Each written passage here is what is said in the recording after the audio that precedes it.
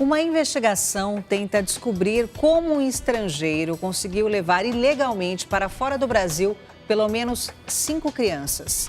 Para fazer isso, ele comprava documentos de mães de outras crianças. Uma delas conversou com a nossa equipe e contou porque aceitou a proposta do criminoso. Esta mulher participou de um esquema de tráfico internacional de crianças, mas ela garante que não sabia. Eu pensei em ajudar. Diz que precisava de dinheiro, que vendeu para um angolano a segunda via de um documento da filha, de 11 anos. Ele falou, eu pago você 250 só para pegar uma guia para trazer as crianças para cá. Numa situação financeira difícil, aceitou a proposta. Eu precisava mesmo, eu precisava de comprar as coisas, eu sou pensionista, mas ganho pouco. Eu tenho meus filhos comigo, meus 5 pequenos, meus netos. Ela e outras mulheres foram procuradas pelo angolano Lutezo Daniel Love, de 44 anos. O acusado está preso desde o início de março. Ele oferecia dinheiro em troca de um documento chamado Declaração de Nascido Vivo, identidade provisória do bebê. Documento retirado no hospital após o parto. Em posse deste documento, o angolano conseguia tirar passaportes de crianças que foram levadas de forma clandestina para o exterior. Assim, pelo menos 5 menores saíram do país. Mas como 5 crianças com idades entre 6 e 11 anos foram levadas para o exterior por um homem desconhecido sem chamar a atenção de ninguém? É esta a resposta que a Polícia Federal do Rio busca. Lutezo é suspeito de fazer parte de uma quadrilha de tráfico internacional de crianças.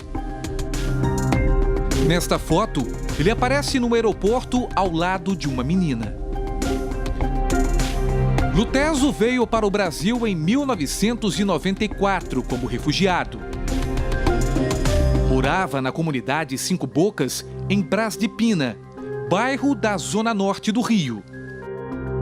Tinha um salão de cabeleireiro, onde atendia crianças. Foi lá que conheceu várias mães. Dizem que foi muitas mães, não como de lá e outras favelas, né? Segundo a Polícia Federal, primeiro ele escolhia a criança que levaria para o exterior. Depois, buscava em comunidades do Rio mães que tivessem filhos da mesma idade. E um detalhe, era importante que fossem mães solteiras. Assim, as crianças não teriam o nome do pai declarado na certidão de nascimento. O angolano oferecia R$250 para que a mãe fosse ao hospital, onde o filho nasceu, e tirasse a segunda via da declaração de nascido vivo. Com o documento, bastava procurar o cartório e tirar uma nova certidão de nascimento. Neste momento, ele se declarava pai legítimo do menor.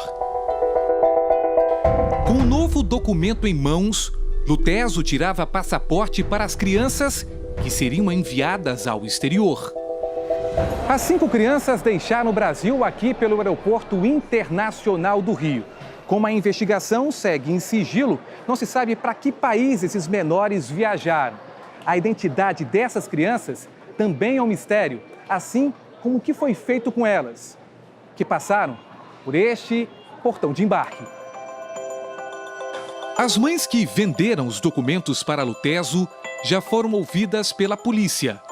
Elas são acusadas de tráfico de crianças e facilitação de documentos. Uma das mães contou em depoimento que chegou a ir ao posto da Polícia Federal do Aeroporto Internacional, que emite passaportes, para dar entrada e retirar o documento. O advogado de 4 delas diz que nenhuma de suas clientes imaginava que estaria participando de um crime. São pessoas extremamente humildes.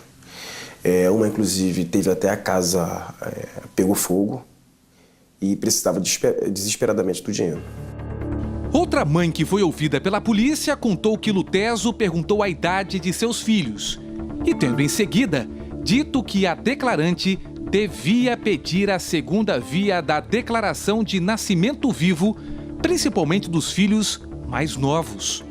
Ela também afirmou que Lutezo não falou para que precisava de tais documentos. Segundo as mães, o dinheiro só era pago depois que elas assinassem alguns documentos.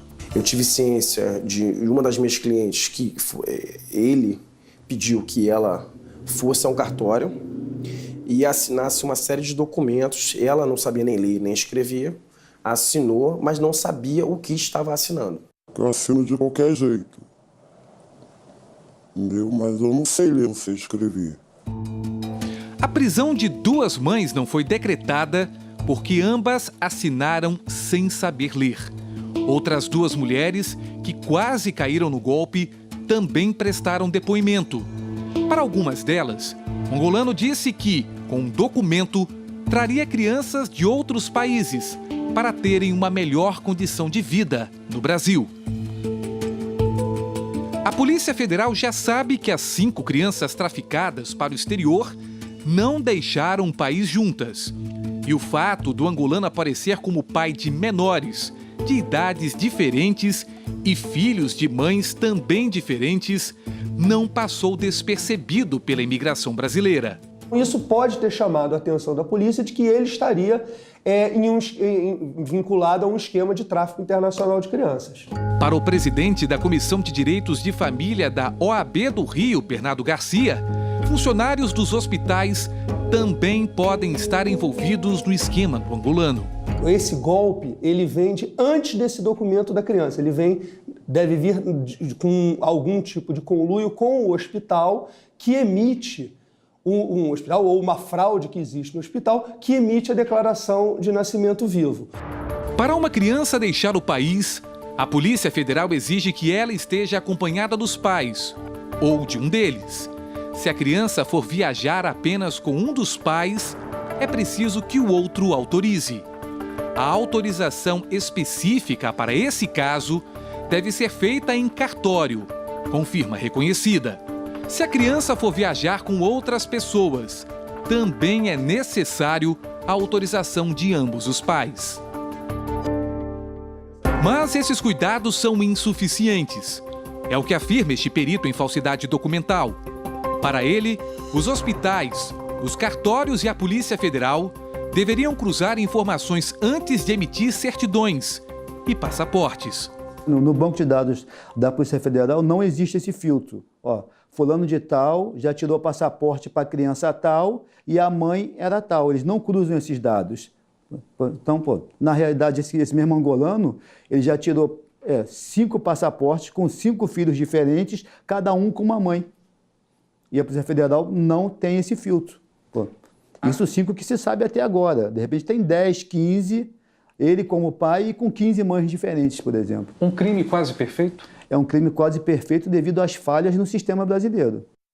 Outro angolano que vive no Rio e fazia parte do esquema está na mira da polícia.